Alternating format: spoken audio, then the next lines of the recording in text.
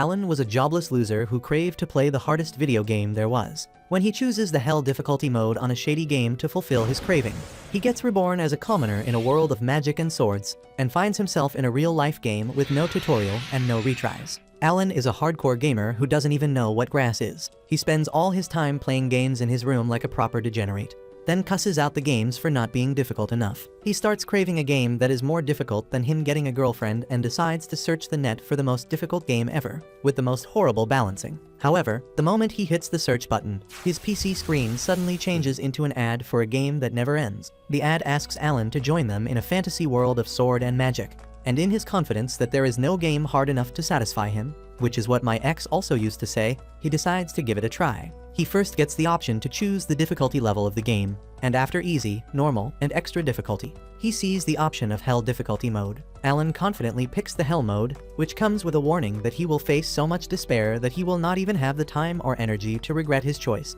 Alan shrugs it off, telling the game that he has heard this too many times, and locks in his choice. The game tells him that he needs 100 times more exp to level up in hell mode compared to normal mode, and then presents a list of character classes he can choose from. The easiest difficulty rating is for the swordsman and spear user, but the difficulty for classes like hero and demon lord is extremely high. However, the greatest difficulty rating is for the summoner class, and that is exactly what Alan is after. He picks the character class and finds that this will give him the social class of a serf, which basically means commoner in the game world. He also learns that the game is still in alpha testing, which makes him wonder how can he access it.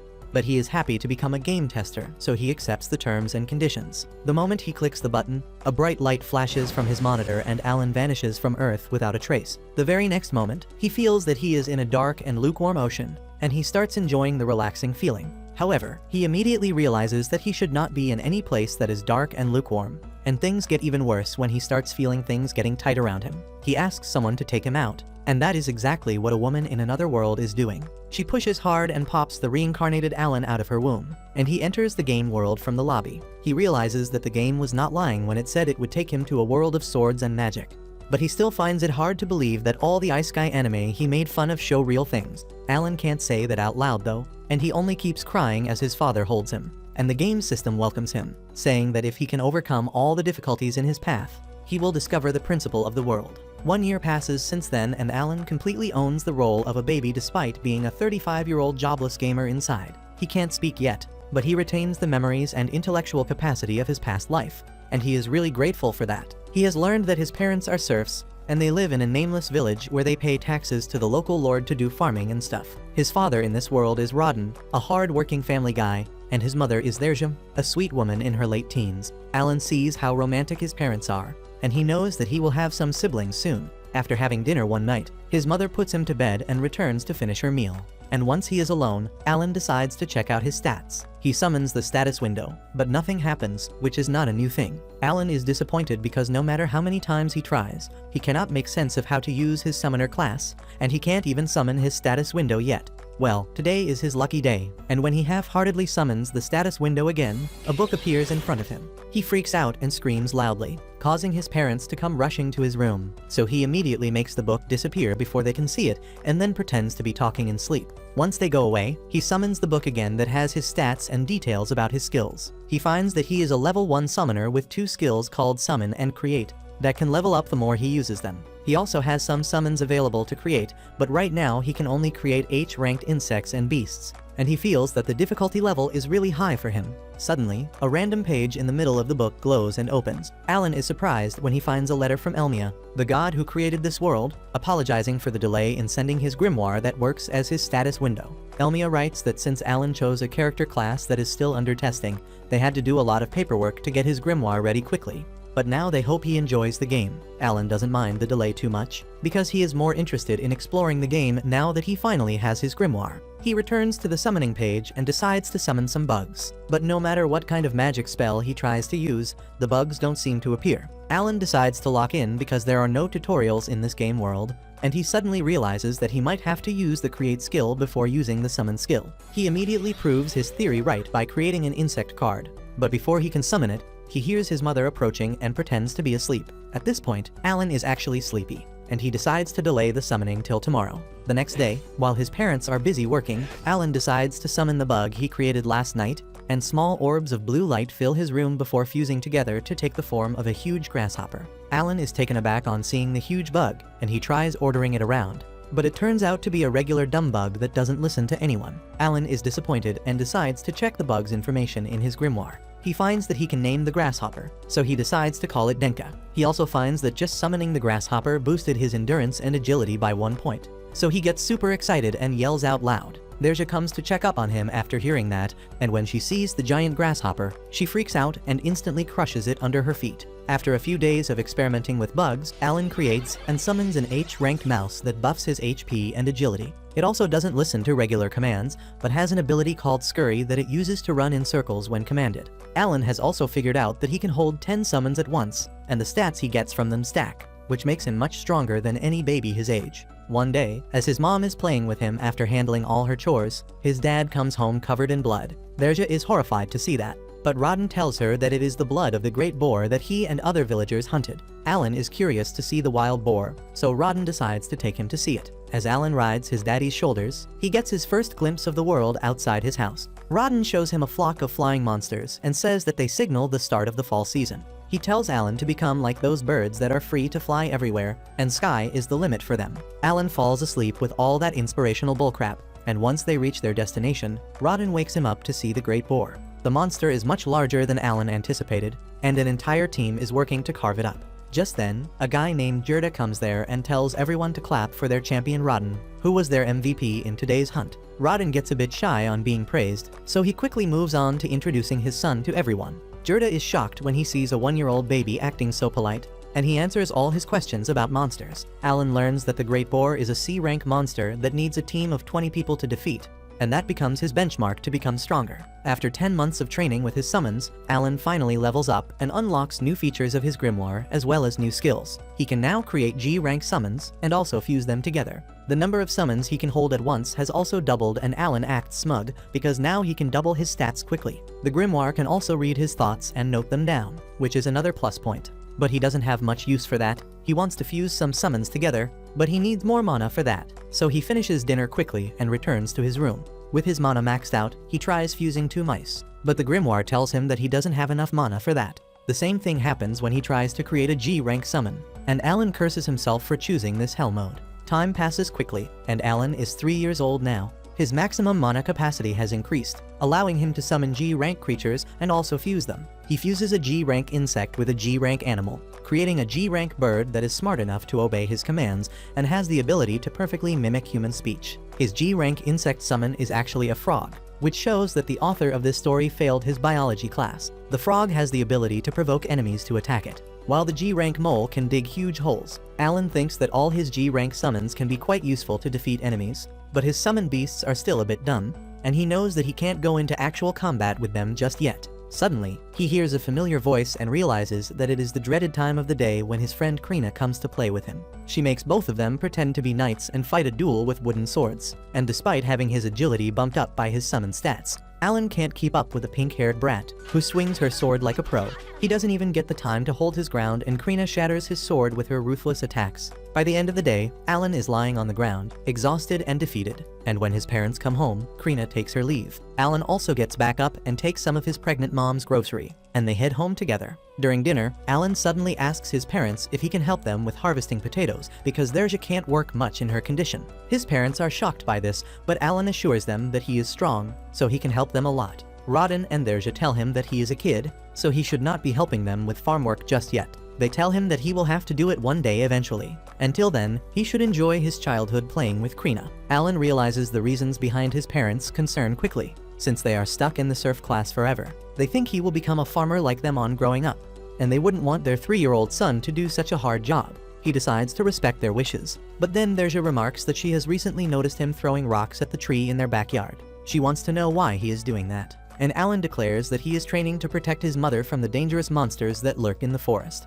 Rodden gets immensely proud on hearing that and lifts Alan up, who feels guilty about lying because he was just trying to see if he could learn other skills. Derja tells Alan to protect Krina along with her too. and he thinks that Tomboy isn't in danger. She is the danger. Rodden says that since both kids have fun playing knights, he is hoping that they do really well in their appraisal ceremony. Alan is curious about that, so his parents tell him that the appraisal ceremony is held at the age of 5 to find if children have any remarkable talent. And with the right talent, they might even be able to get out of the surf life. Soon after that, winter arrives, and now Alan can summon an insect for a whole day. He is proud of his growth, but then Krina comes to play with him, and he gets distracted. He gets his ass whooped. But that is a daily occurrence now, so no one is bothered with that. However, the grasshopper that he left out in the open gives Thersha a jump scare, causing her to go into labor immediately. Rodden asks Krina to fetch her mom, and then gives moral support to his wife while Alan heats some water. He wishes that he had played some childbirth simulation games in his previous life because he has no idea what to do.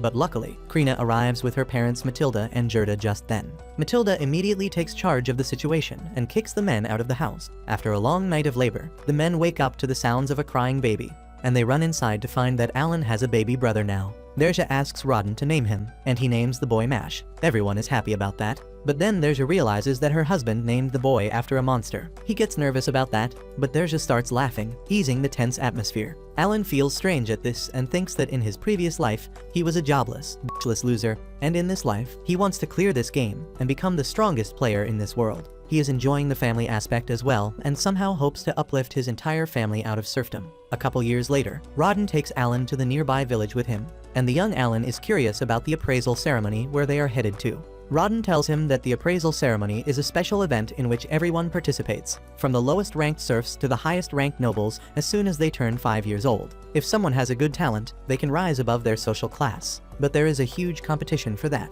Alan is curious about the last statement, so Rodden tells him that since they don't have internet, people do other fun activities to relieve boredom. And since they haven't invented birth control yet, those fun activities lead to a lot of babies.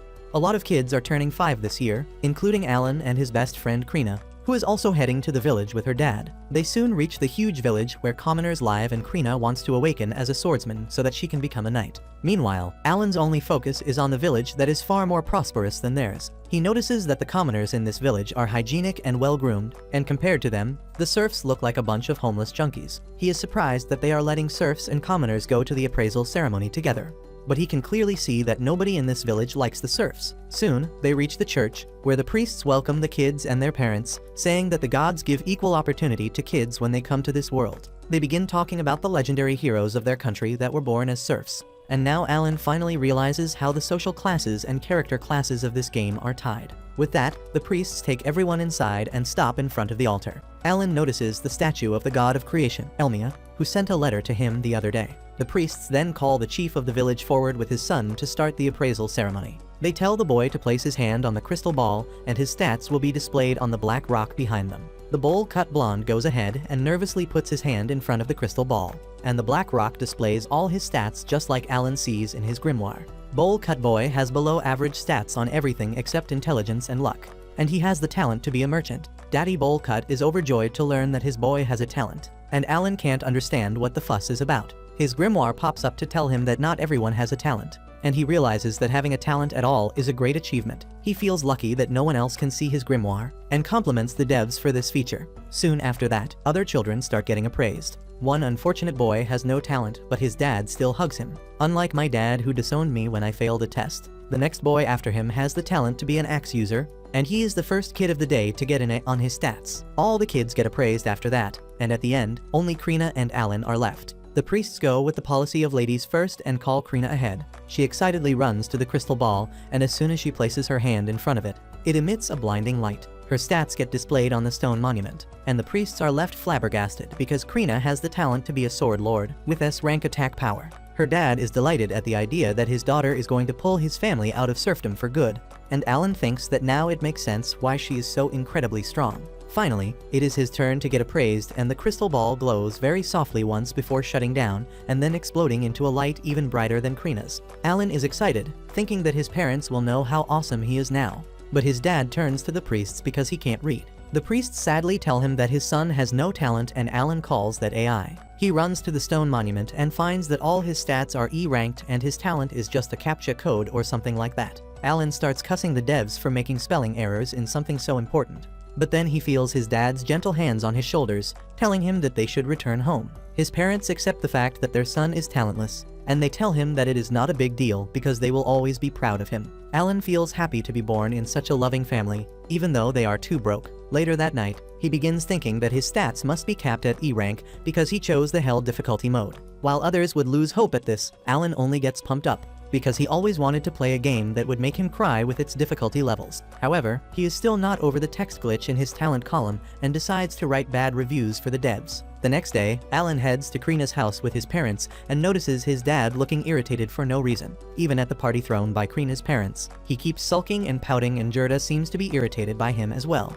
They start being passive-aggressive with each other, and Rodden tells Gerda to stop acting immature and celebrate his daughter's massive talent. Gerda lashes back at him, asking how dare he say that after declaring that he is going to snap the ties between their families. Everyone else is shocked by this, and Rodden begins explaining that Krina has extraordinary talent that can make her a noble one day. He tells Gerda that he should stop socializing with poor serfs and make connections with the high society instead, and Alan realizes that his dad is trying to do his friend a favor that he never asked for. The two men start fighting about Rodden's selfish, selfless decision, and Alan gets worried that the fight will become too serious. He asks Krina to ask them to stop, and she pulls out her wooden sword instead. Luckily, she doesn't need to use it as their mothers take charge of the situation and stop the two dudes from fighting. Alan asks Matilda if Rodden and Gerda always fight like this, and she says that they used to be like the old Goku and Vegeta, but they have calmed down after becoming fathers. Matilda and Nerja tell him that all four of them are childhood friends from the same village, and when they heard a new village was being formed, they volunteered to populate it. They came here together and decided to start their new lives near each other,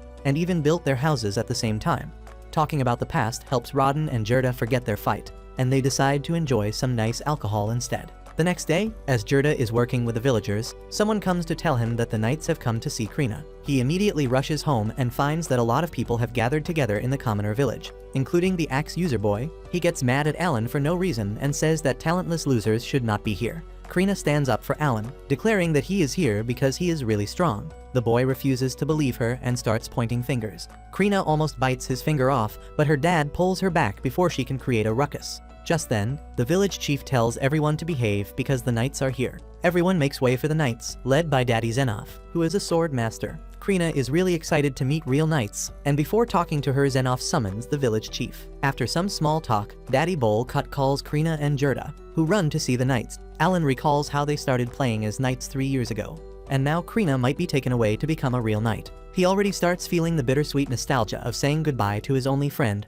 But things suddenly take a turn for worse as Gerda objects to something that the knight captain said. He says that Krina is only 5 years old and has never touched a real sword before, so she wouldn't stand a chance to pass the test he is suggesting. However, Daddy Zenoff says that since the girl is a sword lord, it is natural for her to win the fight. He even accuses Gerda of lying about his daughter being a sword lord to trick the nobles, and as Gerda tries to explain that it is not the case, the knight captain orders his deputy to start the preparations. Gerda pleads him to stop, but Zenoff says that lying about the tests of appraisal is a crime punishable by death, and they need to verify that Krina actually has the talent to be a sword lord. That is why they are going to organize a fencing duel, shocking everyone who hears that news. Gerda begs for mercy, saying that his daughter is not ready for a real duel yet, but Zenoff declares that if she can't prove her talent through the duel, her entire family will go on a family trip to the afterlife. Alan thinks that it is really unfair and the knights have lost their minds, but just then, Krina sees a knight bringing a sword for her, and she is mesmerized. As soon as she learns that she gets to use the sword, she immediately tells her dad that she will take part in the duel. Gerda can't believe her words, but he has no choice but to let her fight. Soon, everyone gathers around to see the duel between Krina, the young sword lord, and the knight vice captain, whose talent is being a spear user. Krina eagerly lunges at the vice captain, wielding a sword that is as tall as her. She is happy to exchange blows with the vice captain, who keeps parrying her attacks with a poker face. Everyone is shocked to see Krina swinging the sword like that, but Alan thinks that it is natural for her after she trained with him each day for the past 3 years. However, he is worried that she might not have enough skill and experience to hold her ground against a real knight. Just as he says this, the vice captain Lael makes his first offensive move and pushes Krina back. She immediately charges in for a counter, which makes Lael be on his guard, and he instinctively kicks her to a wall instead of facing her sword. Gerda gets hyper on seeing his girl kicked, but the knights subdue him before he can beat the snot out of Lael. Alan and his dad also get pinned by the knights, and he thinks that even though Krina is a sword god, fighting adults is too much for her. Krina falls to the ground after the kick, but then suddenly, she gets up and a blue aura surrounds her. Lael panics, realizing that Krina just activated an extra skill, and she immediately charges at him without any thoughts behind her stone-cold eyes. She begins pushing back the Knight Vice Captain with her ruthless attack, and Alan is impressed by her abilities now. Lael has no answer to Krina's attacks, and then, she snaps his sword in two with a powerful strike. Xenoph immediately declares that the duel is over, and Krina is disappointed that the fight was so short. She thanks Lael for fighting with her and says that he is quite strong for an old man, which hits him where it hurts the most because he is only 24. He admits defeat, and the entire village starts cheering on the girl that just beat the vice captain of the knights. Gerda is relieved that Krina is safe, and he is also incredibly proud of her. Rodden and Alan share the sentiment, and then Xenoph comes forward to commend Krina's talent. Gerda doesn't want to talk to him, but then the knight captain apologizes for his rude behavior earlier and asks to talk about Krina's future. Gerda is still upset and suspicious of him, but Xenoph tells him to bring his friends along for moral support. Well, Gerda takes up the offer, and everyone gathers at the dining table in the village chief's house.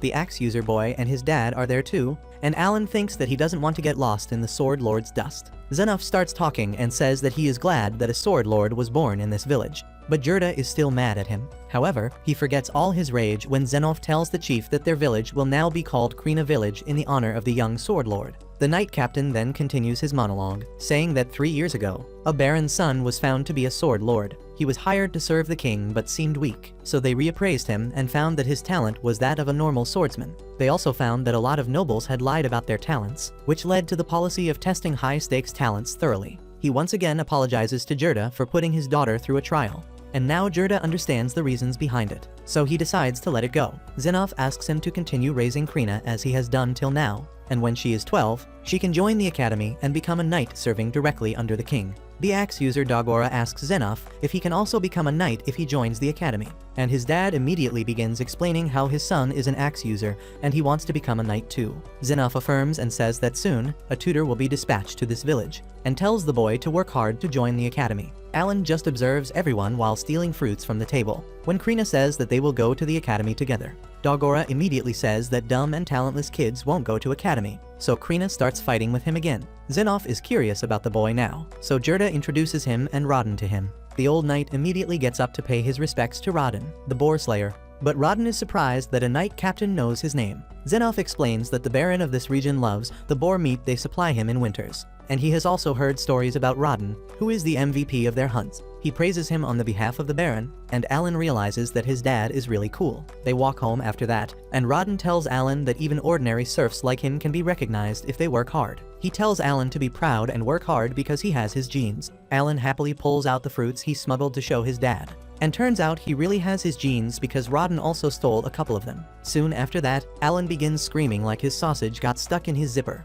which is not possible because zippers have not been invented in his world yet. Instead, the reason for his excited screams is that he has finally leveled up after years of working hard. All his existing skills have leveled up, and on top of that, he has received a new skill called Enhance. Alan wonders if he can use the new skill to make his summons even stronger, and on that note, he notices that he can now create and summon F-rank creatures. He already expected that much, and wonders what new kind of creatures he can create by fusing the already existing ones. He steps into Delulu Land and begins wishing to summon a dragon at his pitiful level, and then begins checking out other improvements. He finds that his grimoire can now hold up to 30 creature cards, which gives him a 50% increase in his stats that he can get by summoning the creatures, although he realizes that he is progressing quite slowly because it has been 2 years since the last level up. He doesn't think too much of the crater he has left in the tree by throwing rocks at it daily. On the other hand, his mother is pregnant yet again, and Alan helps around with the chores around the house now. His parents begin wondering if it will be another boy or a girl this time,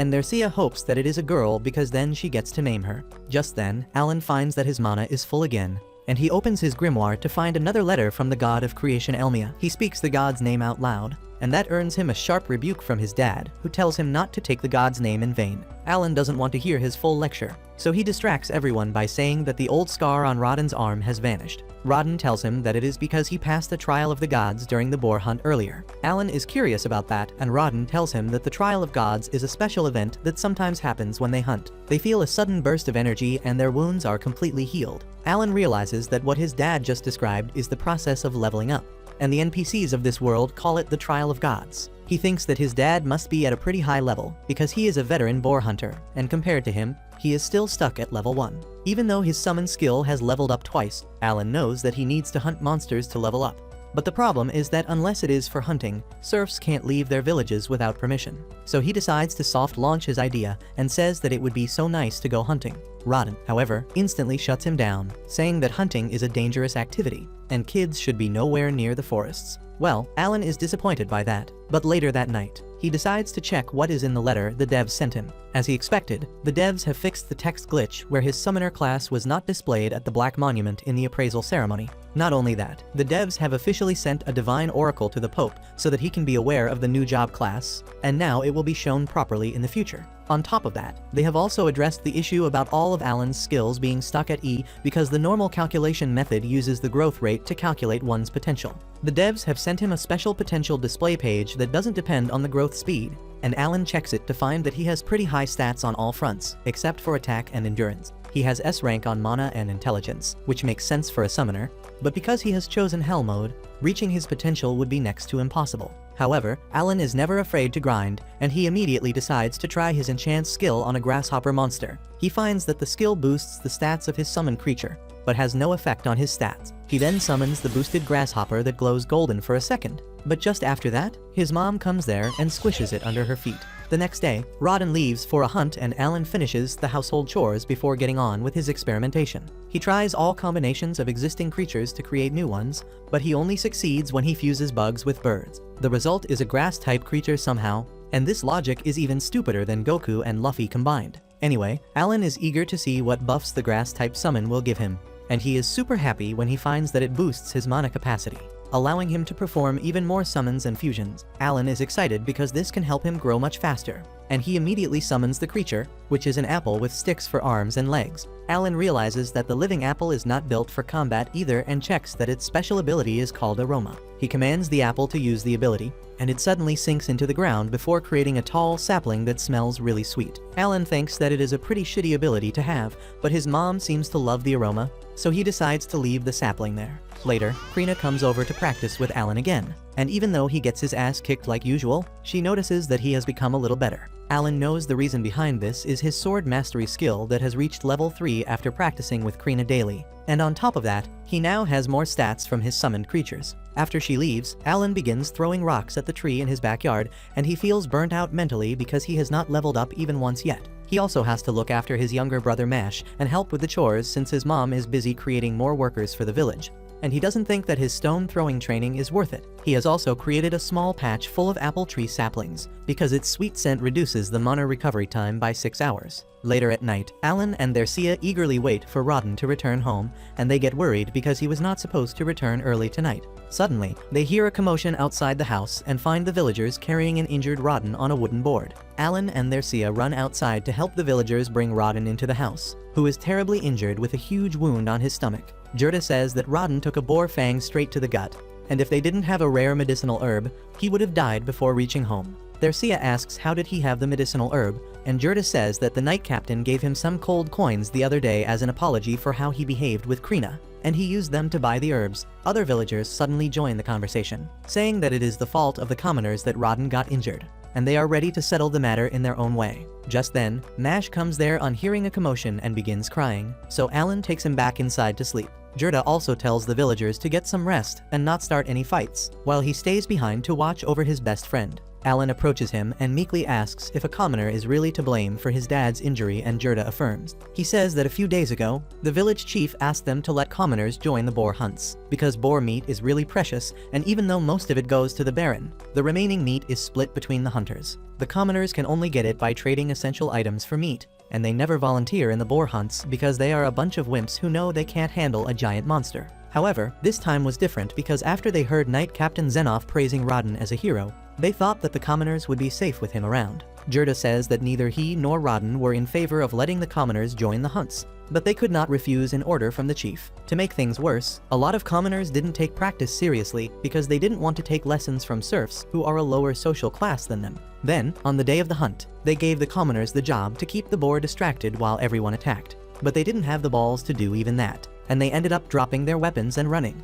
One of them was a clumsy idiot who fell on the ground, and Rodin took a boar tusk to his gut in the process of defending him. They managed to defeat the great boar somehow, and even saved Rodin's life with the medicinal herb. Gerda tells Alan and Nerja that he will bring over Rodin's share of the meat the next day, and asks them to stay strong. The next morning, Alan wakes up and finds his mother caring for his dad. He tells her that he will take over the job from her, but she tells him that she is fine. Just then, Rodin wakes up with a jerk, still thinking that he is in the middle of the hunt. His family is relieved to see that he has returned to his senses. And while they have an emotional moment, Alan realizes that he has not been using his time right till now. He was only focused on growing stronger, but there was no goal behind it. He now understands that this world is not a game for the people that live in it, including his family. The people living in this world are real, and his family is as real as them. Alan decides that he needs to put his power to good use to keep his family safe, especially because his dad won't be able to move for some time now. Just then, Gerda arrives there with Rodin's share from the hunt, and he is glad to see him up again.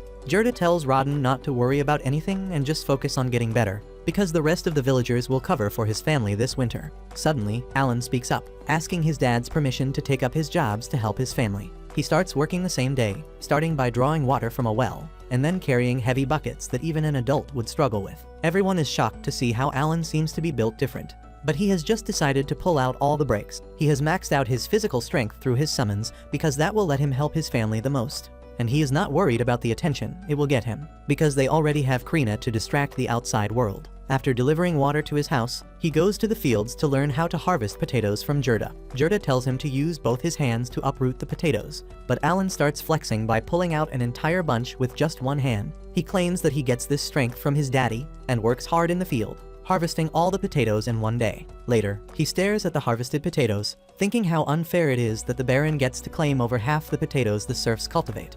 Just then, he hears some guests coming to their house, and it turns out to be the village chief as well as the idiot who was the cause behind Rodin's injury. The chief has brought some fruits as a gift, and the man apologizes for messing things up that led to Rodin getting hurt. While Rodin reacts benevolently and tells the man to be more careful if he wants to continue hunting, Nerja is not really willing to forgive the idiot so easily. She lectures him that everyone has a family to return to, no matter what their social class, and he should not treat anyone's life so carelessly. The rest of the serfs come there just then to check up on Rodin, and Nerja lets go of her anger on seeing their weird antics. The next day, Alan goes off alone to a field of wild grass and creates a wide area for his genius plan to help his family get through the winters. He summons the frogs in his inventory and protects his face using his hands as all the frogs jump on him before landing on the ground. Next, Alan sets up some noob-level traps and tells the frogs to use their provoke skill, hoping that it will attract some wild birds that he can trap and take home. However, when nothing comes even after a bit of waiting, he decides to call it quits. Just then, he sees a bird coming towards them and gets ready to catch it.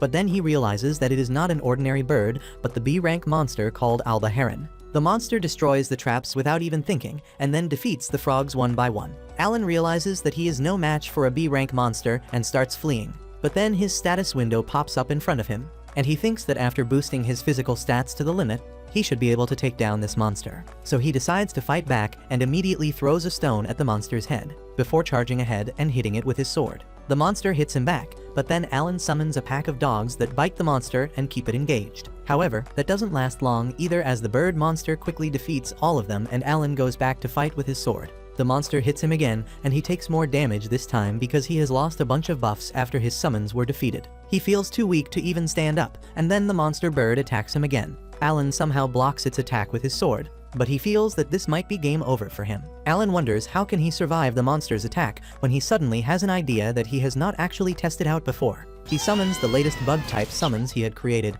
and lets them loose on the bird monster. The caterpillar monsters begin to suck energy from the Albahiron, and it stops its attack, making Alan realize that he was right about their ability being useful for combat. He gets out from under the bird monster and decides to weaken it by constantly attacking it. And that way, he can avoid being killed after losing all his buffs. He summons another pack of doggos to attack the bird alongside the bugs, and they completely overwhelm it. Alan uses this chance to land a fatal blow on its head, and for a moment, the world becomes black and white for him. The very next moment, the monster drops dead and Alan's grimoire appears in front of him, telling him that he has defeated the Albahiron and obtained 100 experience points. Alan lets out a loud scream to declare his victory, and he feels like he is on the top of the world after defeating his first monster. Soon, he reaches home, dragging his precious hunt with him, and his family and friends are dumbfounded on seeing him with a D-rank monster. Derja asks him how did he even manage to take it down, and Alan makes the understatement of the month by saying that he saw the monster land on the ground near him, and then he took it by surprise and finished it. Krina is really impressed by Alan's amazing feat, but Mash is terrified of the dead monster. Rodden notices a cut on MC's face and asks if he is hurt anywhere else, and he replies that he is fine and even the wound on his face is starting to heal. Gerda examines the monster corpse and notices the bite marks on it left by the dogs. He asks Alan if he bit the monster as well, and to make sure his story stays consistent. He says that he was fighting on pure instinct, so he doesn't remember how it happened. Gerda doesn't know if he should laugh at the image in his head or be terrified of Alan's wildness, so he decides to process the monster instead. As he turns around to talk about the details with Rodden, Alan notices a big bump on Gerda's head, and he is pretty sure that he either got it from his wife or while practicing sword fighting with Krina. As he is giggling to himself, Gerda asks him for help, and they hang the Albahiron upside down to let its blood drain out. Gerda tells Alan that an Albahiron weighs about 60 kgs, and 40 kilograms of that is only blood and bones, so they don't get much meat out of it. But its feathers sell for a decent amount. Alan is grateful that Gerda is teaching him all this, but then his excitement vanishes when he realizes that they have to pay 60% of it to the Lord. Alan feels that is unfair, and Gerda tells him that good nobles ignore small E-ranked monsters like the horned rabbits, but they won't let the serfs keep a D-rank monster to themselves. Suddenly, Gerda cuts through the monster to extract its magic stone, and says that it also falls under the tax system, but it is useless to villagers like them anyway. Gerda gets an idea, and he says that if Rodden had not been injured because of the commoner's fault, Alan wouldn't have come across the Albahiron, and they can use that to guilt-trip the village chief and get a bigger cut from him. Alan realizes that his dad's best friend is not just a muscle brain, and he has ideas of his own about the matter. Soon after that, Gerda and Alan go to the chieftain, who is really happy to see the Albahiron corpse, and Gerda tells him that they are willing to turn over the feathers as tax and keep the rest of the monster corpse for themselves. The chief doesn't like that idea and says that the Lord has asked for even more meat this year, so his hands are tied too. Gerda says that they will give him the magic stone as well, and the chief is still not satisfied. That is Gerda's clue to guilt-trip him, and he begins saying that if their village's hero Rodden was not injured, they wouldn't be in such a tricky situation. He says that Rodden's family is going to starve over the winter with him in bed, and Alan starts acting like he is going to faint because of hunger. Luckily, the village chief is easy to manipulate, and he agrees to the deal. Alan thanks him, and then asks if they can also keep the meat of the Albahirons they hunt in the future. He knows that is going to be tricky, and Gerda loudly tells him not to be too excited because he won't get lucky enough to hunt another D-rank monster anytime soon. The chief believes that and laughs it off, saying that if they are lucky enough to hunt an Albahiron, they can keep its meat. Alan and Gerda are happy that their plan was a complete success, and soon after that, Alan sets up another trap to hunt down an Albahiron. The trap works out as a charm like the last time, and this time, two monsters come swooping down to attack the frogs. Alan is wiser after the first battle, and he immediately recalls the frogs to not lose any stats. He then sends the bugs to suck the monster's energy, and then hits them in the head with a stone to disturb their balance. After that, he sends his dogs to bite them, and then finishes them off with a blow to their head with his wooden sword. After he defeats the two monsters, he recalls his summons, and he is proud of himself because after hunting a bunch of monsters, this is the first time he has not lost any summons. Suddenly, his grimoire pops up and tells him that he has finally got 1,000 experience points and reached level 2. Alan is overjoyed on hearing this, and he immediately checks his stats to find that his health and mana are fully restored, and all his stats have improved by a lot too. He hugs his grimoire because it has been 6 years since he came to this world, and he has finally leveled up. He decides to let his family in on his little secret too, and takes the Albahirons home. Rodden is shocked to see that Alan defeated 2 of them this time, but he doesn't say anything. Immediately after that, Alan goes to his sword training with Krina, and he is a lot faster now. He can dodge her attacks consistently, but he is busy thinking about how he has enough meat to last the winters, and all he needs now is firewood. He thinks that if he hunts 20 more Albahirons, he can reach level 3, but that seems impossible to do this winter. He gets so distracted by his thoughts that Krina sneaks behind him and lands a hit on his head, keeping her winning streak alive. Later that night, Alan talks to his parents, telling them to tighten their seatbelts because his story might take them on an emotional roller coaster. He says that when he was 1 year old, he had an oracle from God Elmia, who told him that he would grant him power and wisdom. He tells his parents this is why he is stronger and smarter than the average people, but the god of creation also gave him a great handicap, saying that he would face challenges that 100 people could not overcome together, and he had to use his strength and wisdom to overcome them. Derja is shocked to hear this and starts asking God how could he give her child such a harsh ordeal. Rodden, on the other hand, remarks that Alan must have passed a trial today because the wound on his face has healed. Alan realizes it only then, and Rodden tells him that he knows what it is like to overcome the trials of God. Suddenly, Derja asks why did Alan not have any talent at the appraisal ceremony then, and he explains that he got another oracle from Elmia about that. Rodden scolds him and tells him to take the god's name with proper respect, and Alan apologizes before continuing. He says that his job class was too new to be displayed in the appraisal ceremony, and his stats were low because the normal method depends on his growth rate, which is slowed down because of his handicap. His parents are curious about his talent now, but Alan can't tell them about being a summoner since people might start fearing that he can control dangerous monsters. He says that he doesn't know what his talent is, and he also hides the fact that he has reincarnated her from another world. Dercia suddenly hugs Alan, asking why did he not tell them earlier, because she thought he was a psycho when he threw rocks at the tree each day. But he was just practicing to overcome the trials of gods. Rodden asks him what he wants to do next, and Alan tells him that he plans to face the trials head-on. Rodden thinks that is a good idea, and tells him to be brave and face the challenges God Elmia has prepared for him, and if he is stuck somewhere, he can always ask them for help. He also tells Alan to keep it a secret because things might get tricky if he is accused of lying about an oracle. However, Rodden wants to tell Gerda and boast about his son got an oracle from the creator god himself. And that certainly beats Krina being a sword lord. Soon after that, Alan has hunted a buttload of Albahiron, and he takes them to the market along with Gerda, who plans to teach him everything about doing business. Gerda tells him that their boar hunt was successful too, because without commoners, they had no problems. Alan asks him about the difference between serfs and commoners, and Gerda tells him that their social status is different, and the commoners don't pay the 60% tax like serfs. Instead, they pay 3 gold coins per adult and 1 gold coin per child as their annual tax. Alan is intrigued and moves on to his main question about how serfs can become commoners. Gerda replies that they have to pay a tribute of 10 gold coins per person in their family, or the Lord can personally reward them with a promotion. Alan realizes that since his mom is constantly popping out kids, he needs to earn 50 gold coins quickly or it will become 60 the next year. Soon, they go to a trading company and get salt in exchange of the dried monster meat. After that, Gerda takes Alan to different kinds of stores and he learns the exchange rate for different items. The next time, Alan goes to the market alone and begins doing research about how much the items would cost if he bought them with money. After a little bit of research, he finds that 1 packet of Albahiron jerky sells for 1 silver coin, and if he wants to earn 50 gold coins, he needs to hunt 500 of them. He decides not to think about the grinding he will have to do for that, and goes to a medical store and asks for mana recovery potions. The shopkeeper replies that they don't keep such fancy stuff in their cheap stores, and Alan decides to look at other medicinal herbs and draw their sketches in his grimoire instead. He then asks the shopkeeper if he has Mueller's flowers, and 1 coin man gets defensive on hearing that name because the last time he sold them was to Gerda, who stormed into his store and begged him to sell it to him. The shopkeeper says that Gerda was really persistent despite having only half the money to buy it, and he promised to pay the rest later. He literally got on his knees and begged that he needed the flowers to save his friend, and the shopkeeper had to give in. He is still frustrated about that even though Gerda paid him later, and Alan suddenly gives him a pack of meat as his thanks because the Mueller's flowers saved Rodden's life. After that, Alan goes to a blacksmith shop and stares at the weapons that cost 50 silver coins each, so he decides not to dream of them for now. Suddenly, the axe user Dogora comes there and asks Alan what the hell is he doing at his father's shop.